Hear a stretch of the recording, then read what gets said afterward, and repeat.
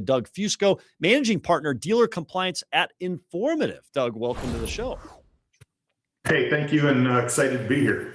Yeah, excited to have you. So for our audience that doesn't know you, share with us, who are you and what do you do out there, and how's biz May of 2026? As you said, managing partner of Informativ, originally founder of Dealer Safeguard Solutions, which got rolled into Informativ through an acquisition compliance enforcement platform for the front end of automotive. Business for us has been great with continued focus and increase on compliance. It's been a very, very positive experience for us, and we've done very well. That's great. So actually, Safeguard, that's an F&I product. Were they related? No, Dealer Safeguards was really just based on the Different FTC company. safeguards rules. Got it. So let's talk about that, Doug. In May of 26, there's a lot of dealers out there that feel like they've checked the compliance box. They've done the training. They've got the policy. Where does the training, the policy, where does the confidence usually break down, especially with given the letter that went out to 97 dealers and some of the oversight sitting out there, Doug? Yeah, let's start by being honest with each other. I don't think anybody on this call wakes up and says, I'm really excited to talk about compliance today. It almost fits into that, four-letter word category, right? Yeah. And if I ask 5 meetings, what's compliance mean to you? I probably get 6 different answers back. Currently, it's probably pricing and transparency. In June of 23, it was probably the technology stuff that got dropped on us with penetration testing and all those things. Could be policies, could be red flags, could be many things.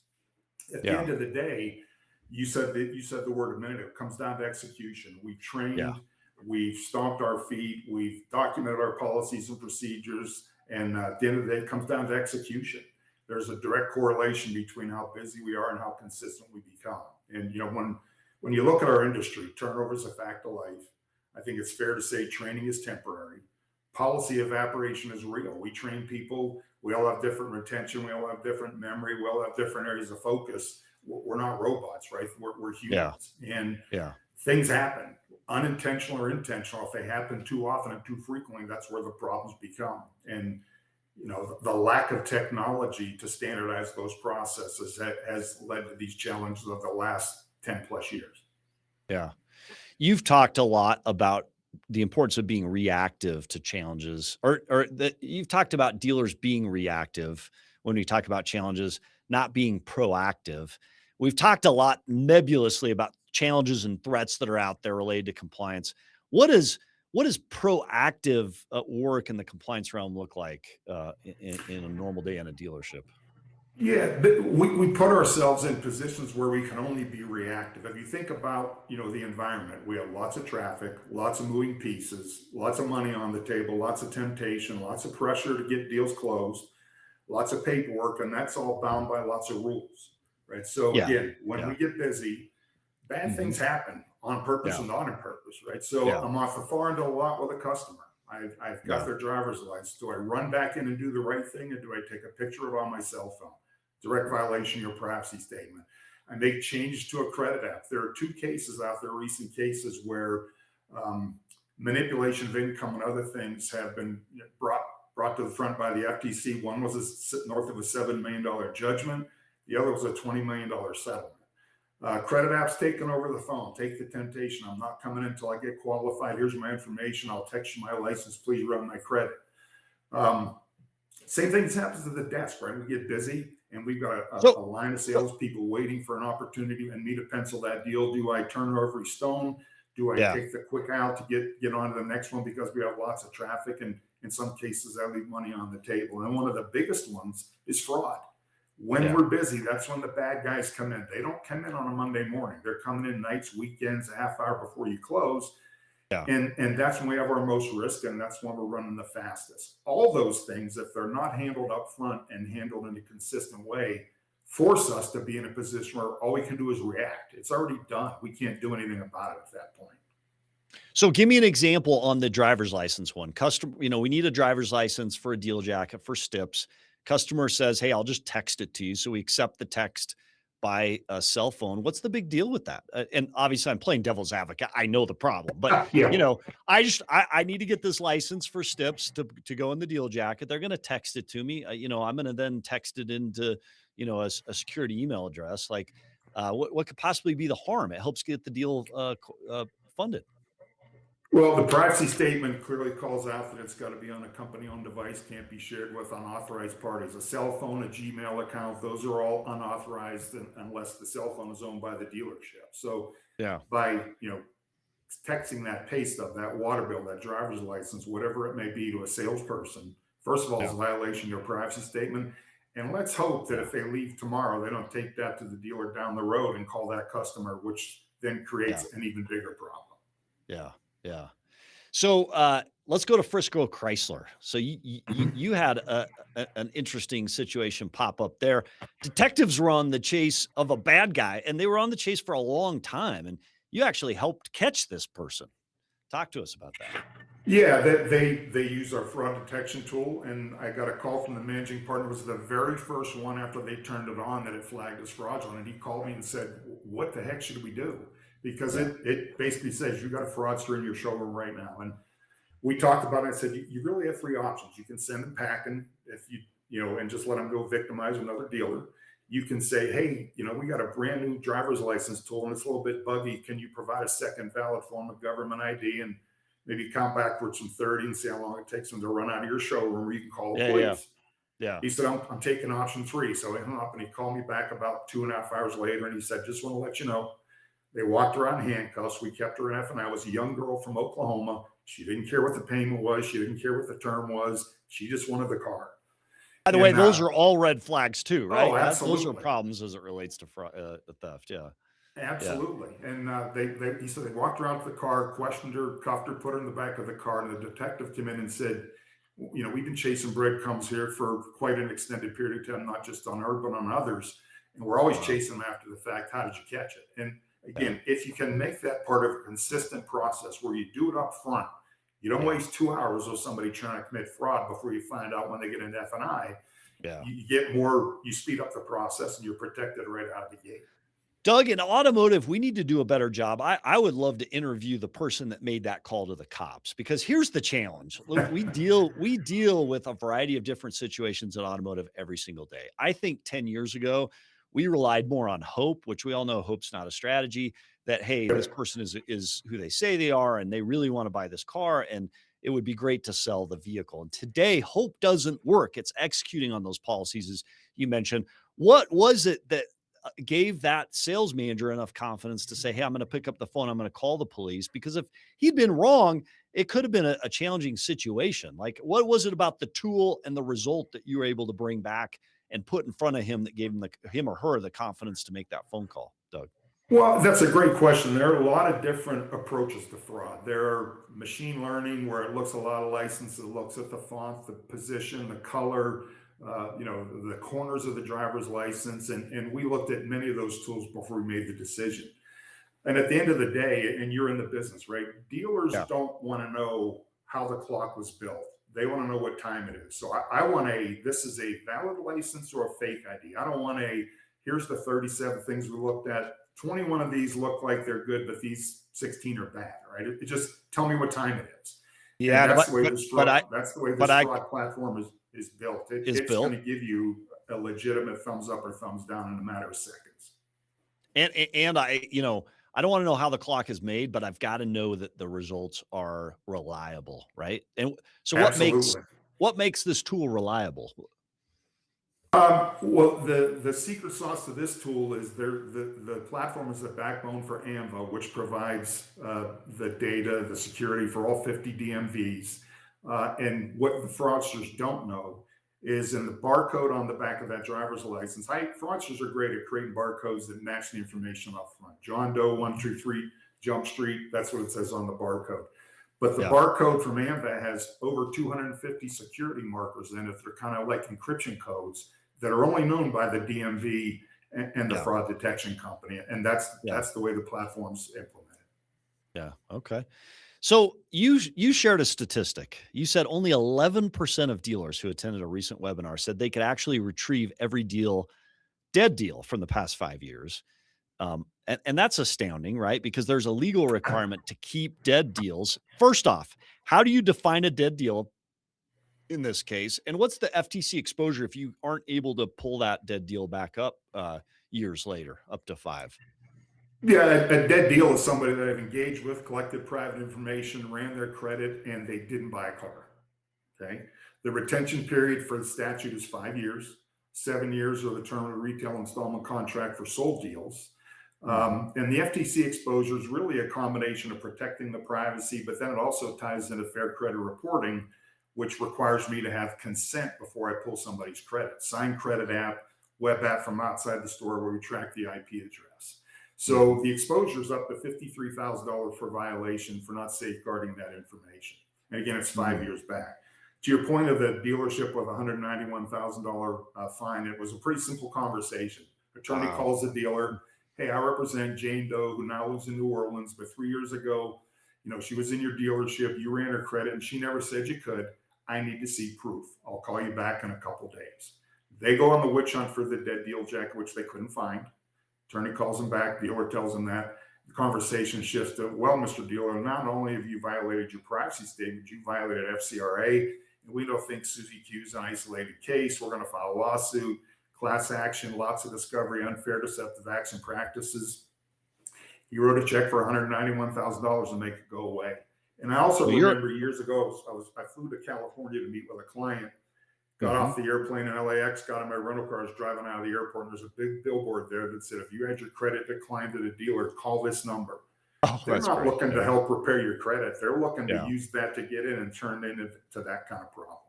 Yeah. So that's a good wake up call for anybody in the industry. Go check your deals. Can you pull up those dead deals? Because there is still a liability and a risk that needs to be protected by not only having them, but also securing those. Let's turn to Correct. Crest Cadillac. You say they hold the record for the highest compliant audit score in their dealer group twice a year consistently. What does their day to day operation look like, Doug, that looks differently from a store that's just hoping for the best? What are some of the best practices that they do to achieve that high score and help protect themselves in May of 26? Yeah, Crest is an interesting case study. They were our very first client back in 2009. At the time, they were part of Van Tile. Now they're part of Berkshire Hathaway. And they, like many large groups, have GVO3 or Gil Van Over's company come in and do their compliance audits twice a year. Uh-huh. The managing partner decided to invest in a platform to control and standardize the processes that we're talking about. And if you think about that, I'm going to date myself. I started way back in the DMS space in the mid 80s and started with accounting, parts, service, et cetera. And since then, we've invested in technology to automate everything we can think of. I mean, if you go to NADA, the floor is littered with people you can spend money with, down to things as crazy as a key machine. If you think about that, we make a capital expenditure in a key machine. To protect a $400 fob. We spend monthly support to maintain it, yet the most expensive, most regulated, highest dollar transaction that we do day in and day out on the showroom is largely still left to the Wild Wild West. So what Yeah. Crest did is invest into a platform to put that consistent automated process in place, whether I have one person in the showroom, 50 people in the showroom, a salesperson sells 2 cars a month, or a salesperson that's been there forever and rolls 30 cars a month. It's the same every time. And they do Okay. that by collecting and creating everything electronically. There's no paper. So when I grab that driver's license, a mobile app captures it, runs that fraud detection alert, starts a digital deal jacket. Then when I get to the credit app, it's not printed out of my CRM pack. It's not a pen and paper. It's a digital credit app, privacy statement, WIO, VIN verification, make ready, buyer's guide. So everything that they collect and create prior to F&I is digitized. Now, because I have transparency in everything, I can control it. I can determine when I have FCRA consent to run credit. I can collect STIPs electronically through that platform. And because I have that transparency control, I eliminate those problems. I can also lock down my credit abuse. One of the things we see a lot, and when we get to it, is dealers spending too much money on pulling credit reports, right? They've got a Yeah. process in place where not only can they only pull one bureau initially, their primary, but if that comes back above 720 or below 450, they can't go run another credit report, period, end of story. And that's Mm. defined by dealership. So the days of shotgun and 3 bureaus are over. Yeah. Yeah. Yeah. That's interesting. Great comments coming in from from online. Eager K says, fraud ID is up. We're seeing more and more straw deals. And if your F&I managers are not paying attention, they can run into a world of pain. Grandma deals, as he calls them, are growing, and fake pay stubs too for STIPs. You're seeing that, right, Doug? Like that's something we need to defend against and do a better job of catching. And again, it's not a plan of hope as it's been in the past in automotive. It's looking for the flags and then taking action. You've got to act on those and having the right tools to provide that data. But then, I use the word courage. I'm not sure that's the right word, but the confidence and the backing in your leadership in store to actually take action on them, to make that phone call, to not sell that car, to question and ask for additional steps. That's key, Doug. Fair? Absolutely. And again, one of the newer things that's come out is verified steps. It's one thing to collect a pay stub. It's Yeah. another thing to collect, whatever the step may be, proof of income, proof of employment, proof of address, proof of insurance, and have those run through a verified steps plan, especially if Yeah. you're a big subprime customer, right? So Yeah. eliminates fraud, tells me that it's real, reduces kick deals, reduces, the time it takes to kind of wash through some of that stuff. So Paul Salzman comes into the chat, says, as far as ID via mobile device, do you think dealers have adequate tools to communicate digitally with customers? Seems like it's another friction point in automotive today. Do we need better uh, dedicated, secured communication tools with customers? We've implemented wherever we can exactly that concept. The mobile device, nothing is stored on the person's cell phone or iPad. Yeah. Basically, it's nothing more than a transition mechanism that gets it into that digital deal jacket. When we request the steps or the pay stub remotely, they come in through a secure encrypted platform, drop into that deal jacket automatically, and notify if your billing clerk's waiting for that POI to get it funded. The second that comes in, we let them know about it, which helps with CIT. So wherever possible, that engagement has to be secure, because when the pandemic hit and nobody came into the showroom, we didn't shut our doors. We figured out how to sell cars virtually. We created those new on ramps and off ramps, and they're held to the same standards for compliance as somebody in the showroom. So you've got to manage and communicate with that customer in secure appropriate ways. Great conversation today. We've only unfortunately got a couple minutes left, but you've got a specific recommendations for dealers right now, a sales meeting and amnesty pass. Walk us through exactly how to run that sales meeting and what the heck do you mean by an amnesty pass? What does that mean? Well, we do obviously lots of implementations every month, and one of the most routine things we see is private information on personal devices, right? Which again is a huge liability. So, and I've actually sat through a couple of these meetings myself, and it's great when the boss calls a sales meeting on Monday morning. The salespeople are there. Hey, here's the deal: you're going to get a King's X get out of jail free card one time.